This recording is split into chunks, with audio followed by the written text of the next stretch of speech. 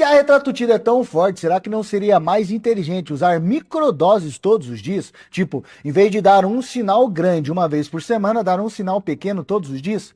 E essa pergunta é muito boa, porque ela parece simples, mas por trás dela existe farmacologia, fisiologia, receptor, meia-vida, acúmulo, segurança, evidência científica e, principalmente, existe uma armadilha muito comum no mundo dos peptídeos, achar que uma ideia elegante é automaticamente uma ideia correta. Prazer, meu nome é Alder Rodrigues, eu sou fundador da NFP Academy, que hoje é a maior plataforma de conteúdo sobre peptídeos e modulação metabólica do Brasil. E eu quero te levar para dentro desse raciocínio sem complicar nada. Eu quero que você consiga enxergar a retratutida quase como se fosse uma história acontecendo dentro do seu corpo. Pensa no organismo como uma cidade enorme, com bairros diferentes, ruas diferentes, sinais de trânsito, centrais de energia, restaurantes, depósitos de gordura, usinas metabólicas e um centro de comando chamado cérebro.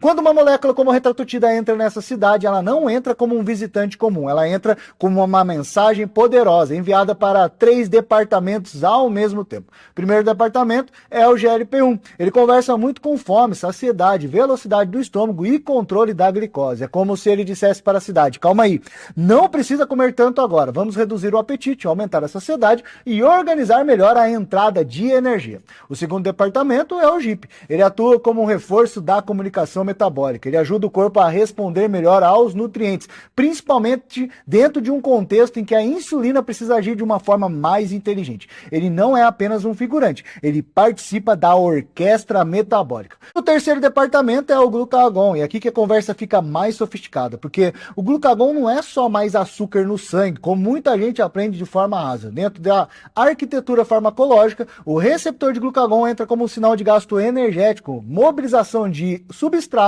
e aumento da demanda metabólica. É como se a cidade, além de comer menos, começasse a gastar mais energia para funcionar. Então, a retratutida não é simplesmente mais um GLP-1, ele é um agonista triplo. GLP-1, GIP e glucagon. Ela mexe com ingestão, saciedade, controle glicêmico, mobilização energética e gasto metabólico. Por isso, ela chama tanta atenção nos estudos de obesidade. Mas, exatamente por ser muito potente, ela precisa ser entendida com respeito. Agora, eu quero te fazer uma pergunta. Se você tivesse uma lâmpada feita para ficar acesa por vários dias, faria algum sentido ficar apertando o interruptor de hora em hora só para garantir que ela continue ligada? Só por essa pergunta você já poderia sair dessa aula. Essa é uma pergunta que nos ajuda a entender a microdose diária da retratutida. A retratutida foi desenhada como uma molécula de longa duração. Vou repetir. A retratutida foi desenhada como uma molécula de longa duração. A meia-vida dela gira em torno de aproximadamente 6 dias.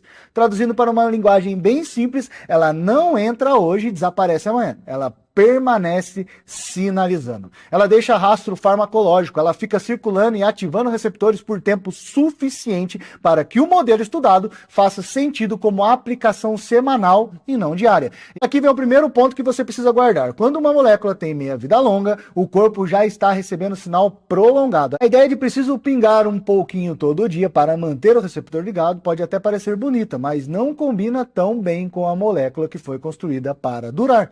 Pensa num perfume muito forte. Se você passa uma vez, ele fica. Se você decide passar de novo, a cada 2 horas, talvez você não esteja sendo mais eficiente. Talvez esteja só acumulando cheiro no ambiente. Com fármacos de meia-vida longa, raciocínio é bem parecido. Pequenas repetições podem se somar. E o que parece micro no dia pode virar uma exposição significativa na semana.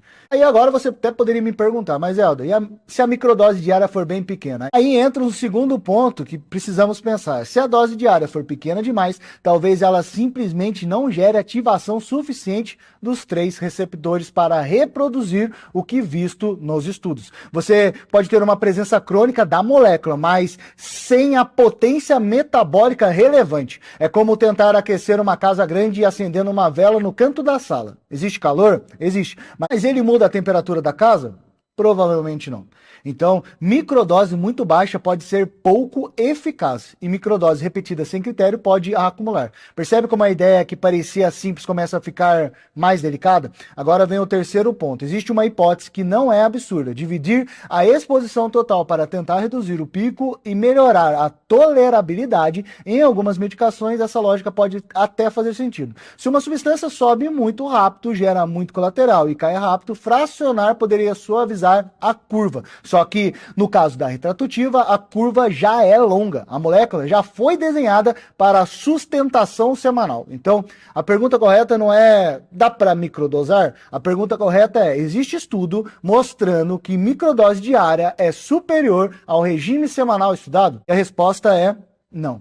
Não existe evidência clínica robusta mostrando que a retratativa diária preserva mais massa magra, reduz mais gordura, dá menos náusea, melhora adesão ou reduz risco quando comparada ao esquema semanal usado nos ensaios.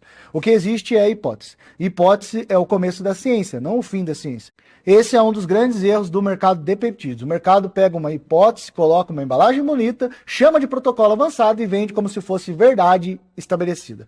Mas dentro da NFB Academy, a gente não faz isso. Aqui a gente separa o que a ciência sabe, o que a ciência ainda investiga, o que o mercado promete e o que pode ser perigoso quando mal interpretado.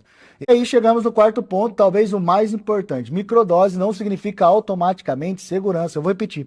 Microdose não significa automaticamente segurança. Muita gente pensa, se é pouco é seguro, mas a farmacologia não funciona assim.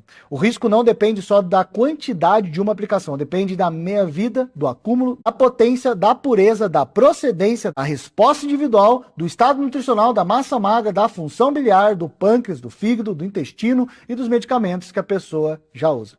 Com uma molécula que reduz o apetite de forma intensa, o risco não é só a náusea. Pode haver baixa ingestão proteica, constipação, vômitos, desidratação, piora da relação com a comida, deficiência nutricional e emagrecimento rápido demais para a capacidade adaptativa daquele corpo.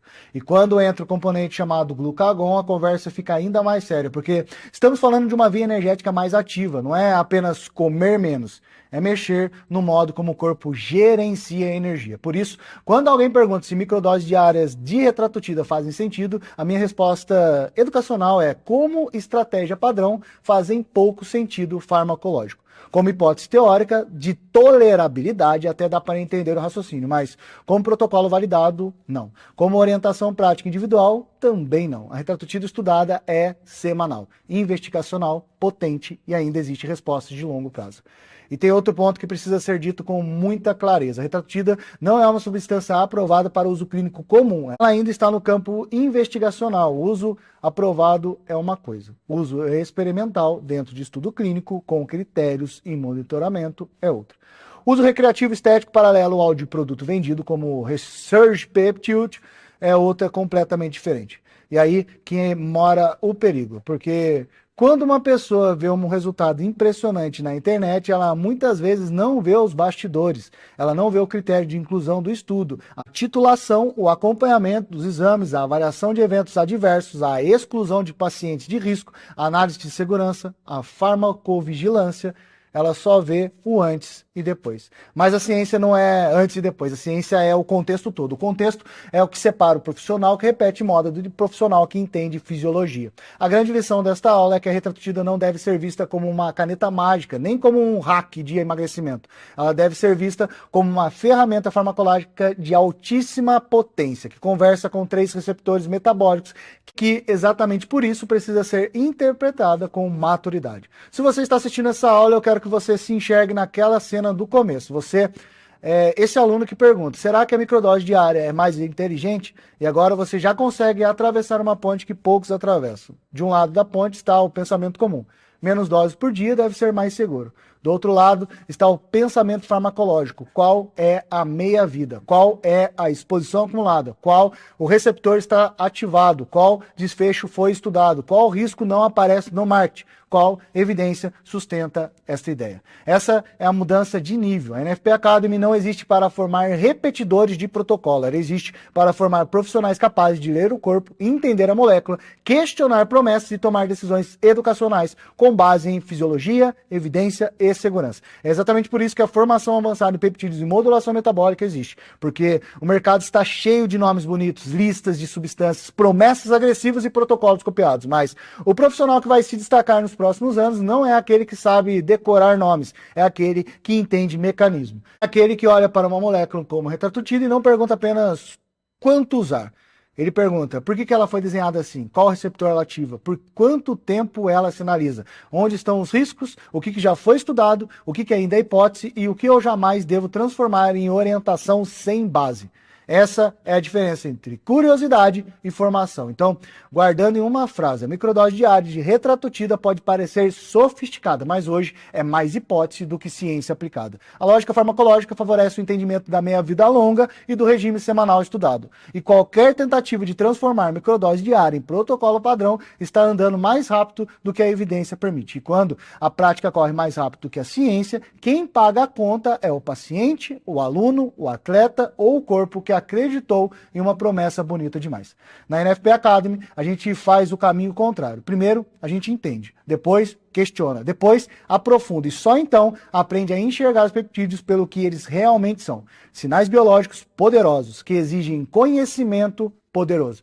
Se essa aula acendeu uma chave na sua cabeça, a próxima ponte é a formação avançada em peptídeos e modulação metabólica, porque ali a gente sai da superfície e entra no mapa real. Receptores, vias metabólicas, evidência, limites, risco, aplicabilidade, modulação e pensamento clínico educacional. A pergunta não é se você vai ouvir falar cada vez mais de retratotida, GLP-1, GIP, glucagon e novos peptídeos metabólicos. Isso você vai. A pergunta é: quando esse mercado ficar ainda mais barulhento, você vai ser mais uma pessoa repetindo um protocolo ou vai ser o profissional que entende o jogo por trás da molécula?